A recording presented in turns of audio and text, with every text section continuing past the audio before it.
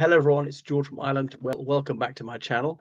But very sad tidings today, and that is that Adam Smith Connor has been found guilty of a crime despite never harming anybody by his actions in Bournemouth. So, Mr. Smith Connor, all did was to stand within 50 meters of an abortion clinic in Bournemouth, and this is almost 2 years ago, and he was thinking something. Literally a thought crime. So an orison inside his mind. So he has been sentenced to a 2-year conditional discharge. He has to pay over £9,000, which is the cost of the trial. So this is an absolute outrage and a disgrace. As part of the intensifying war on freedom, Bournemouth, various other councils around the United Kingdom, whereas in Richmond upon Thames, in Ealing, I'm not sure where else is somewhere in Birmingham, which has criminalised people from standing with a certain distance of one of these places, doing anything to try and save children, saying, please show mercy, save your baby. You don't have to do it, at least not today. Think again. Do you need help? You need money, nappies, formula, anything, any practical or moral support? You don't have to do this. Obviously, the abortion industry doesn't want anybody getting away with their profits. They want as many victims as possible, this bloodthirsty industry. But sadly, there are not a lot of nutters out there, a lot of sickos, a lot of small minded people, people in denial who will pretend that a human being is not a human being, the human being is not alive when he or she is in utero. And that's the danger of demagoguery, of majority bigotry. So the war on children will go on. And again, with this war on freedom, yeah, the abortion industry does not want to be denied its victims. It's an industry grown fat, drinking the blood of children, metaphorically speaking. So now Adam Smith Connor, this is very personal to him because 24 years ago, he drove his girlfriend to a clinic. I think it might be the very same one where his son was killed. And because he's a decent person, he's guilt stricken about that. His conscience will not leave him alone. And so he's had the immense moral courage to admit what he did and to acknowledge that it was terribly, terribly wrong. And sadly, he can never, ever bring his baby back. I don't know if his son was named or not. There is no grave at which he could mourn his child. So perhaps he's grieving there at the most pertinent location. And he's been denied even that. Nobody else would be denied the right to mourn his or her child at a grave or at some sort of plaque in a columbarium if the child was cremated. What happened to his baby's remains? Thrown out of the rubbish, presumably burned. And then the abortion industry says that the dead body will be handled with dignity. Sorry, not body, proceeds of pregnancy or proceeds of conception. I'm the proceeds of conception or the pregnancy, which is ungrammatical as well as highly misleading. A lie. Pregnancy is a status, not a physical object or a person. And so it goes on. So, yeah, he was arrested. Because of this, he didn't leave when someone suggested that he would. And how would they know what's going on in mind? Why would they care? He did no harm to anybody whatsoever. The supposed safe zone was brought in October 2022 when it was totally safe, unless, of course, you're a baby in your mother's womb. So you're not allowed to have any demonstrations, so-called harassment. Harassment was always illegal anyway. Vigils, anything that might save a child's life is criminalized.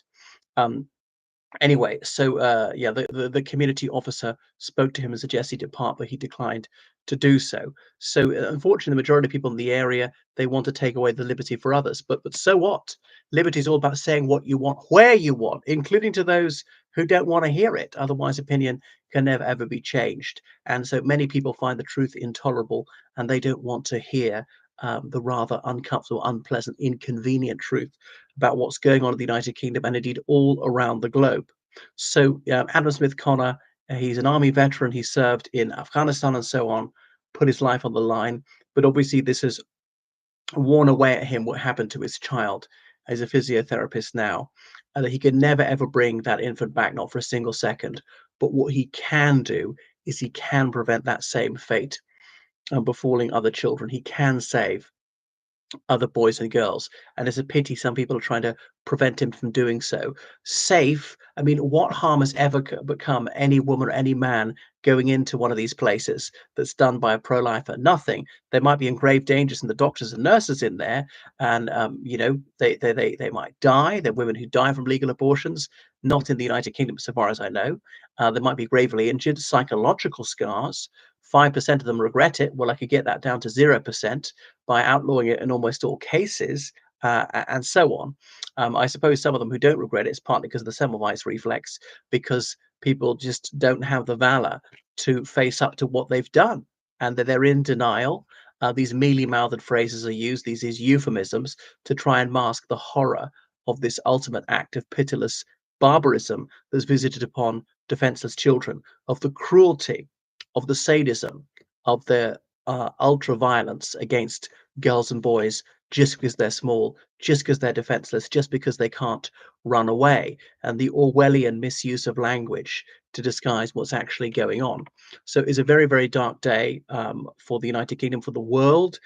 This attack on human rights, Mr. Adam Smith Connor being deprived of his rights, not to say the child being deprived of his right to life. That's the most sacred right of all, without which there are no other rights. So even people say there's a right to abortion, and you see how the mainstream media, not a phrase I'm terribly in favor of, but basically every media outlet in the UK, the BBC and so on, always talk about abortion rights. Obviously, there is no such right. Never ever about the right to life, always framing it from an abortionist perspective. But even if there is such a right, if two rights collide, one's got to take priority. And surely that is the right to life. That is the primal, fundamental right. Without that, there is no right to demonstrate, no right to freedom of expression, no right to a fair trial, no right to own property, no right to equality, no right to security of person, no right to bodily autonomy, no right to freedom of movement, no right to freedom of information, and so forth, no right to privacy, no rights to anything. You've got to be alive to have any rights whatsoever. So if there is a right indeed to abortion, if it collides with the right to life, most assuredly the right to life must take priority, and that's not being done. So we see the ever narrowing Overton window of permissible expressions and places. So the 150-meter exclusion zone to 200 meters. There's a law against harassment anyway. So why don't they prosecute children's rights defenders on the basis of harassment? Because there isn't any.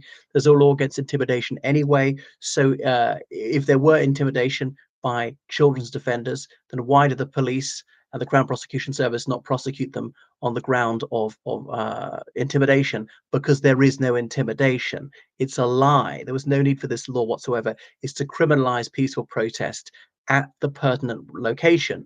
Anybody else demonstrating on any other issue is allowed to protest at the relevant place: the army base, the courthouse, parliament, the council building, the hospital, the whatever, the police station. Uniquely, people are denied this right here. Anyway, it shows you the reach and power of the abortion industry, which is increasingly oppressive as well as increasingly violent. So it's a very, very dark and sad day. I hope the case can be overturned on appeal. And it was a very flimsy case as well. Nobody suffered even the slightest distress from Mr. Smith Connors, with great dignity, commemorating an innocent victim. Well, thank you so much for watching my channel. Make sure you subscribe on Patreon, donate on PayPal, georgecallahan79@gmail.com. Goodbye.